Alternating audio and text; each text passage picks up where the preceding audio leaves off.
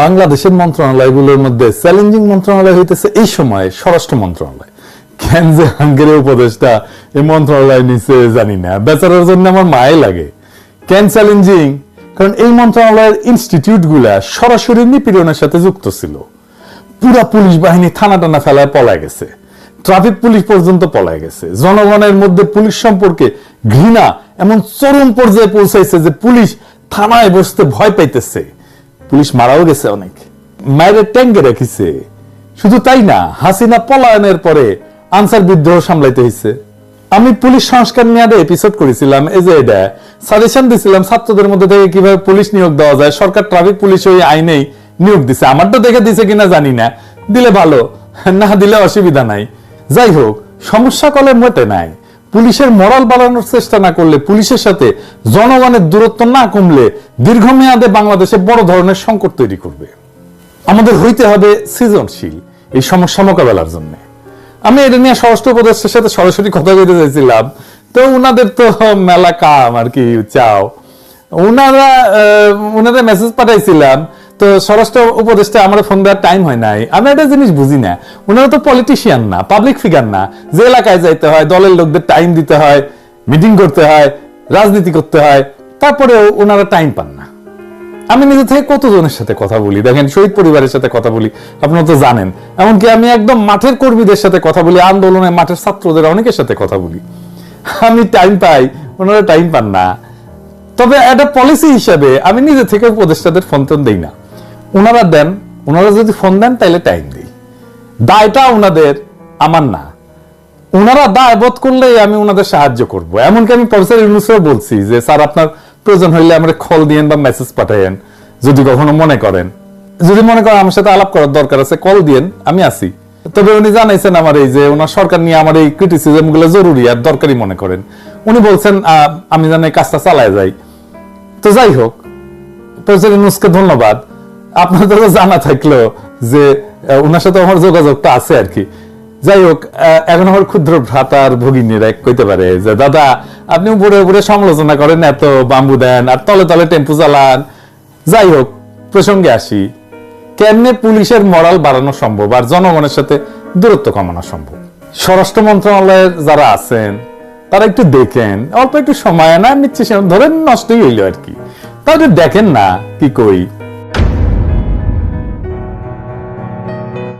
এই পরিকল্পনা যদি গ্রহণ করেন, তাহলে এই পরিকল্পনা গ্রহণ করলে এটা ইউনিক মডেল হবে সারা দুনিয়ার জন্য।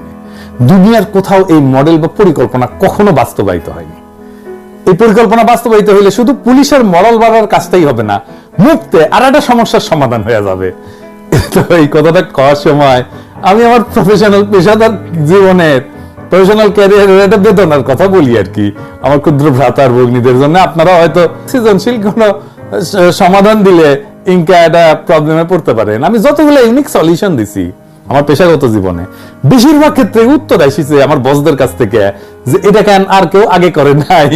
তো বিজনেস ওয়ার্ল্ডে গেলে ভালচুন কম নাই, বুঝছাও। তো যাই হোক, আসেন পরিকল্পনায়।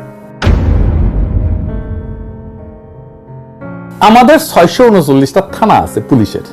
এছাড়া বাংলাদেশের দাঙ্গা মোকাবেলার জন্য এই যে বিশেষায়িত পুলিশ ইউনিট আছে, যার নাম হচ্ছে আর্মড পুলিশ ব্যাটালিয়ন বা এপিবিএন। এপিবিএন এর অধীনে 14টা ব্যাটালিয়ন আছে, মোট 64টা পুলিশ লাইন আছে।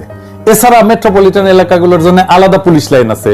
এছাড়া হাইওয়ে পুলিশ আছে, ইন্ডাস্ট্রিয়াল পুলিশ আছে, রেল পুলিশ আছে, ফাইনালি সারদায় পুলিশ একাডেমি আছে। এছাড়া দেশের বিভিন্ন স্থানে আঞ্চলিক পুলিশ প্রশিক্ষণ কেন্দ্র আছে। তো সারদা পুলিশ একাডেমি নিয়ে আমার একটা বিষয় ছিল, আমার ভিডিও যারা হাসিনার আমলে দেখেছেন তারা জানেন, আর কইলাম না। তো এডিটর সাহেব না ঘোড়ার আওয়াজ দেন না, বুঝছাও। এটা এখন আমার যারা পুরানা দর্শক তারা জানে এটা কি। প্রফেসর ইউনূসের উপদেষ্টা মন্ডলী শুনে রাখেন, হাসিনার মন্ত্রীদের কালে ওই সারদা একাডেমির ঘোড়ার থেরাপি দিতাম নিয়মিত। এডিটর সাহেব আর এবার সাউন্ড দেন, আপনাদের যেন দিতে না হয়। আমি কালে থেরাপি দিতে দ্বিধা করবো না, বুঝাও। শুনে নিয়েন এই থেরাপিটা কি জিনিস।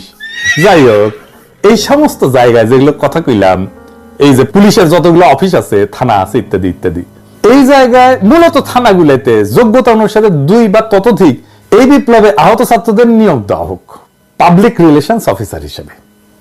সারদা একাডেমি এবং পুলিশ ট্রেনিং একাডেমি গুলোতে ট্রেনার হিসেবে নিয়োগ দেওয়া যেতে পারে, পুলিশ লাইনে সাপোর্ট স্টাফ হিসেবে।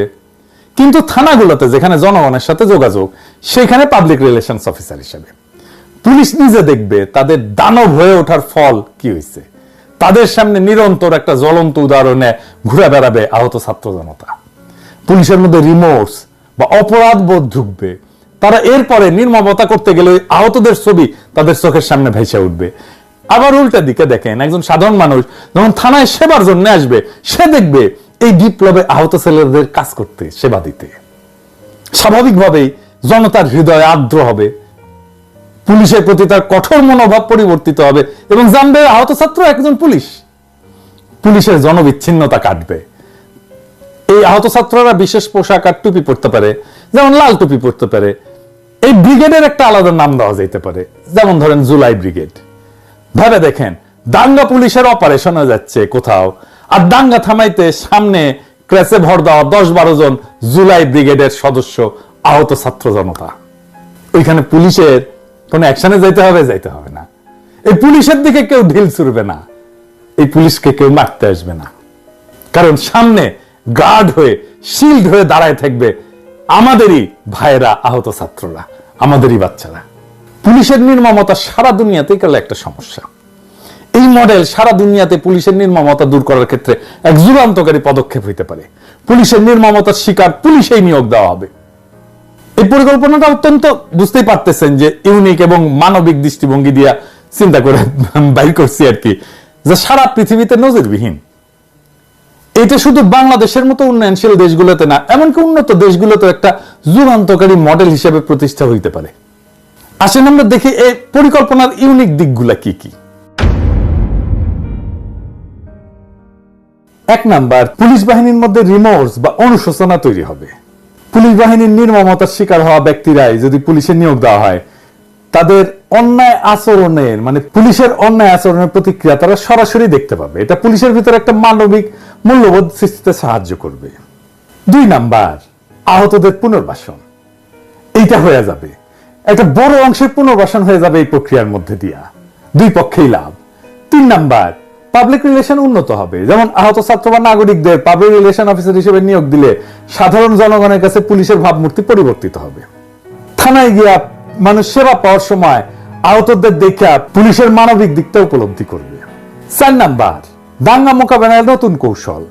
ধরেন দাঙ্গা মোকাবেলার সময় আহত এবং ক্র্যাশে ভর দিয়া দাঙ্গার সামনে দাঁড়ানো জুলাই ব্রিগেড দাঙ্গা প্রশমনে সহায়ক হবে। এরা তো সাহসী ছেলে, এরা তো দাঙ্গার সামনে দাঁড়াইতে ভয় পাবে না, ওইখানে যেই তো তারা আহত হয়েছে। এবং তাদেরকে যখন সামনে দেখবে, তখন এই পুলিশের উপরে থেকে ঢিল ছুড়বে না। এই কৌশলে পুলিশকে সহিংসতা ছাড়া পরিস্থিতি নিয়ন্ত্রণে সাহায্য করতে পারে। 5 নাম্বার, বিশ্বব্যাপী পুলিশের নির্মমতা সমস্যার সমাধানের মডেল হিসাবে এটা দাঁড়ায় যেতে পারে। আমেরিকা, ইউরোপ, এমনকি অন্যান্য দেশে পুলিশের নির্মমতা একটা বড় সমস্যা। এই মডেল সেখানে গ্রহণযোগ্য হইতে পারে। রেস্টোরেটিভ জাস্টিস প্রোগ্রাম বলে একটা মডেল আছে, যাতে নির্যাতিতদের সাথে অপরাধীদের সামনাসামনি বসানো হয়, যাতে অপরাধীরা তাদের কর্মের প্রভাব বুঝতে পারে। কিন্তু আমি যে প্রোগ্রামের পরিকল্পনা দিলাম আর কি এতক্ষণ ধরে, এটা কিন্তু রেস্টোরেটিভ জাস্টিস প্রোগ্রামের মতো না। আমি বলতেছি সরাসরি পুলিশ বাহিনীতে আহতদের নিয়োগ দিতে হবে। এই পরিকল্পনা প্রভাব কি পড়তে পারে? 1 নম্বর প্রভাব, পুলিশের আত্মসমালোচনা এবং অনুশোচনার সুযোগ তৈরি করবে। এটা তো তৈরি হয় নাই, এটা আমাদের তৈরি করে দিতে হবে। আহতদের চোখের সামনে দেখতে দেখতে পুলিশ নিজেরাই সংযম এবং মানবিক আচরণ করতে শিখবে। এটা কাউকে আর শিখাই দিতে হবে না, আমরা তার স্পেস তৈরি করে দিলাম। 2 নাম্বার, সামাজিক মেলবন্ধন এবং বিশ্বাস তৈরি করবে। আহত ব্যক্তিরা সেবা প্রদান করলে সাধারণ মানুষের মধ্যে পুলিশের প্রতি যে বিদ্বেষ, সেটা কমে আসবে। 3 নাম্বার, আইন শৃঙ্খলা পরিস্থিতির উন্নয়ন হবে। সহিংসতার পরিবর্তে পুলিশ সমস্যা সমাধানের জন্য মানবিক এবং কৌশলী পদ্ধতি অবলম্বন করতে পারবে। তবে এই প্রোগ্রামের কিছু চ্যালেঞ্জ তো আছেই, সব প্রোগ্রামেরই চ্যালেঞ্জ থাকে, দুর্বল কিছু দিক থাকে, সেটা বলে রাখি।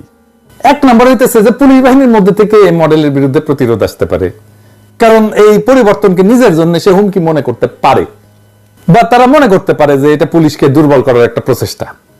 2 নাম্বার, আহতদের জন্য একটা আলাদা মানসিক চাপ তৈরি হইলেও হইতে পারে। আমি ঠিক শিওর না যে আহতরা তাদের নির্যাতকের সাথে কাজ করতে গিয়ে আলাদা কোনো মানসিক চাপের মধ্যে পড়ে কিনা, এটা পরীক্ষা করে দেখতে হবে। তাইলে এটাকে কিভাবে ইমপ্লিমেন্ট করা যায়, এটাকে কিভাবে বাস্তবায়িত করা যায়। আমি যদি এটা ইমপ্লিমেন্ট করতাম তাহলে আমি পাইলট প্রজেক্ট করতাম, মানে শুরুতে কয়েকটা থানায়, ধরা যাক 10টা থানায় বা বিশেষ ইউনিটে এই মডেল চালু করতাম, ফলাফল মূল্যায়ন করে পরবর্তীতে এটা বিস্তৃত করতে পারতাম। এবং এই 10টা থানায় নিজেদের মধ্যে একটা প্রতিযোগিতা হইতো যে কে ভালো রেজাল্ট দেখাইতে পারে। দেখতেন এটার মধ্যে 2টা খুবই ভালো করছে, 2টা খুবই খারাপ করছে, আর বাকিগুলো মাঝারি। যে 2টা খুবই ভালো করছে সেই 2টা আসলে কি মডেল ফলো করছে, কিভাবে ইমপ্লিমেন্ট করছে, সেই শিক্ষাটা কাজে লাগতো। আর আমরা মিডিয়ার মাধ্যমে জনগণের কাছে এই পরিকল্পনা গুরুত্ব তুলে ধরে এই মডেলের বাস্তবায়নে তাদের সমর্থন আদায় করতে পারতাম।